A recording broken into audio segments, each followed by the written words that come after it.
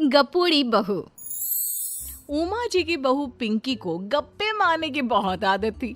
वो जब भी किसी के बारे में बातें करती तो बड़े बड़े गप्पे फेंका करती। आसपास के सब लोगों को पता था कि पिंकी बहुत बड़ी गपोड़ी बाज है। लोग उसकी बात पर विश्वास नहीं किया करते थे, लेकिन हाँ, उसकी बातें सुन सुनकर हंसते बहुत थे। अरे बहू, पड़ोस वाली शर्मा जी है ना, उनकी बेटी का जन्मदिन है, तुम भी चली जाना। ठीक है मम्मी जी, ये तो बता दो गिफ्ट में लेकर क्या जाना है। अरे लेकर क्या जाना है, 250 का लिफाफा दे देना, बस काफी है। अरे मम्मी जी, अच्छा लगेगा क्या? पड़ोसी हैं हमारे, हमें कुछ बड़ा लेकर जाना चाहिए। अरे बहू, इतना काफी है। जानती हैं आप, मेरे मायके में जब पड़ोस में किसी की बर्थडे होती थी ना, तो मम्मी कुछ ना कुछ गोल्ड का ही देकर भेजती थी। पड़ोसी के बर्थडे में सोना? कैसी बातें करती हो। और नहीं तो क्या, आपकी तरह थोड़ी ना लिफाफा पकड़ा दिया। पिंकी शर्मा जी की बेटी के जन्मदिन में चली जाती है। अरे आज तो बड़ी सुंदर लग रही हो साड़ी में। जी मैं तो लहंगा पहनकर आने वाली थी, मम्मी जी नहीं मानी।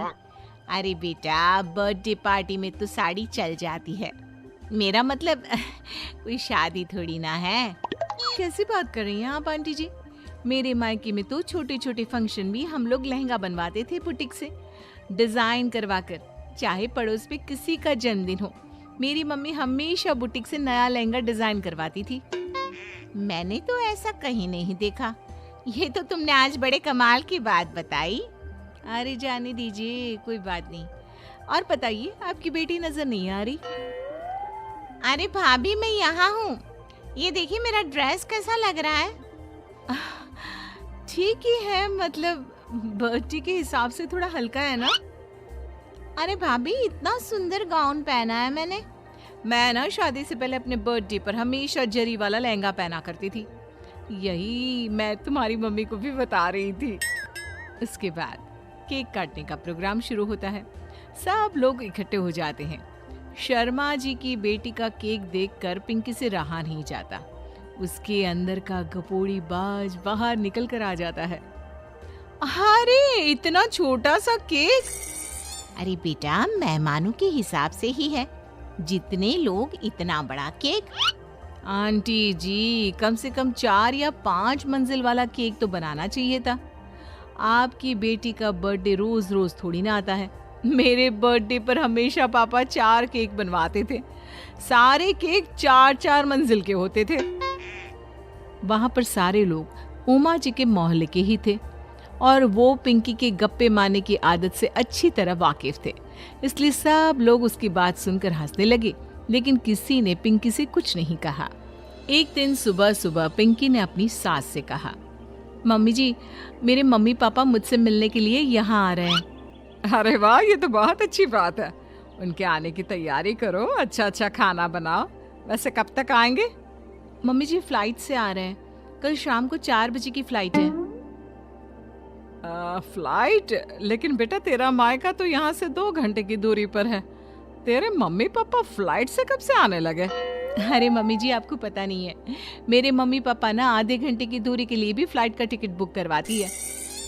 अरे गप्पे थोड़े कम मारा करो बहू, कोई फ्लाइट से तब आएगा ना जब यहाँ पर एयरपोर्ट होगा। तुम्हारी मम्मी क्या उड़कर आएगी घर में? अरे हाँ मम्मी जी, मैं तो भूल ही गई थी।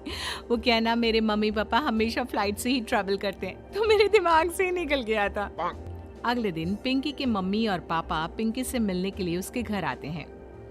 आइए आइए जी, आपका बहुत बहुत स्वागत है। और समदन जी, हमारी बेटे की कोई शिकायत तो नहीं ना? ठीक से संभाल लिया है ना आपका घर? अरे मेरी बहू बहुत समझदार है, घर का काम बहुत अच्छे तरीके से करती है। बस थोड़ा ज्यादा बोलने की आदत है उसे, आपको परेशान करती होगी ना।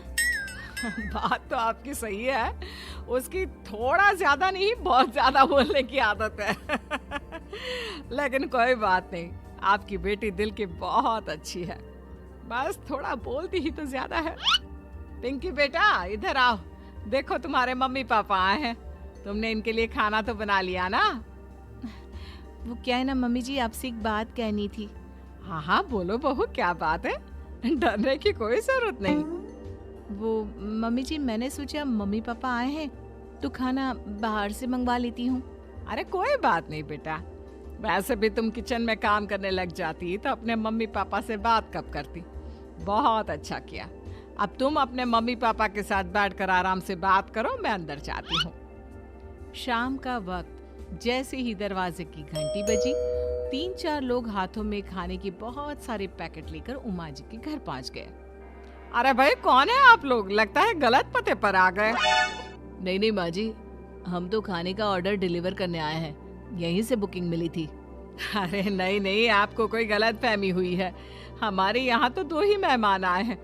आपके हाथ के पैकेट देखकर लगता है इसमें 50 लोगों का खाना है। माँ जी आपने सही समझा, खाना तो इसमें 50 लोगों का ही है, क्योंकि हमें ऑर्डर यहीं से 50 लोगों का मिला है। अरे लेकिन इतना सारा खाना, कहीं मेरी बहू ने अपनी गप मारने की आदत के चलते ऐसा तो नहीं कर दिया। ये खाना आप रख लीजिए और हमें हमारे पैसे दे दीजिए। अच्छा वैसे कितने का बिल बना है? ज्यादा नहीं, बस 10,000 दे दीजिए। उन लोगों की बात सुनकर उमा जी पिंकी को आवाज देकर वहां बुलाती है। जैसे ही पिंकी वहां आती है, खुश होते हुए उन लोगों को वहां पर खाना रखने के लिए कहती है। अरे इतना सारा खाना क्यों मंगवाया बहू? अरे मम्मी जी, मैंने आपको बताया तो था, मम्मी पापा आए हैं तो मैं खाना बाहर से मंगवा रही हूँ। ये बात सही है बेटा, लेकिन 2 लोगों के लिए 50 लोगों का खाना? अरे मम्मी जी, कुछ कम पड़ जाए तो अच्छा थोड़ी ना लगता है, और मेरे मायके में तो ऐसा ही होता है, एक्स्ट्रा खाना मंगवाते हैं हम लोग। तभी पिंकी के मम्मी और पापा वहाँ पर आते हैं। अरे बेटा, एक्स्ट्रा खाना मंगवाने का मतलब ये थोड़ी ना होता है कि 2 लोगों के खाने के लिए 50 लोगों का खाना मंगवा लो। और बेटा, तुम्हारी गप मारने की आदत के चलते 10,000 का बिल आया है। तुम्हें नहीं लगता ये गलत है? देखो बहू, बढ़ा चढ़ाकर बातें करना अपनी जगह, लेकिन इतनी बड़ी बड़ी फेंकना भी गलत है ना। पहली बात तो इतने सारे पैसे लगे, और दूसरी बात खाना वेस्ट होगा। आप लोग ठीक कहते हैं, मैं आज के बाद अपनी इस आदत को कंट्रोल करने की कोशिश करूंगी, और अब से गप। चैनल को सब्सक्राइब करो पहले, हाँ जल्दी करो। मुझे पता है कि आप लोग नहीं करते हो, वीडियो देखते हो लेकिन सब्सक्राइब नहीं करते। ये लाल कलर का बटन नहीं से दबाओ, जल्दी दबाओ, जल्दी दबाओ, फिर मैं शुरू करूँ। दबा दो जल्दी, दबा दिया, घंटी भी दबा।